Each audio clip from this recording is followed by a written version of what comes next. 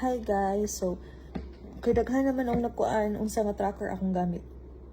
Mao ni siya guys. Tara. Live 360, i-download ni ninyo ha, Live 360 na siya. Ipang-download na ninyo kay gamit siya na siya.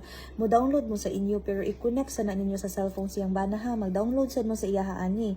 Una ninyong buhaton once ma-download na. Nay mo tatak if i-enable ba nimo ang notifications. Once imo na siya i-enable, meaning mo notify siya. For example, nilakaw ka, nya maabot na ka, nagkuyog na mo tatak man na. For example, shy ka kanang drive 3 kilometers, anak kung pila ka kilometers kagikan.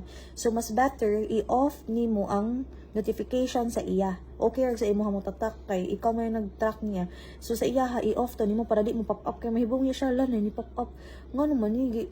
Nga naman ni makatatak man sa kuha sa akong asawa.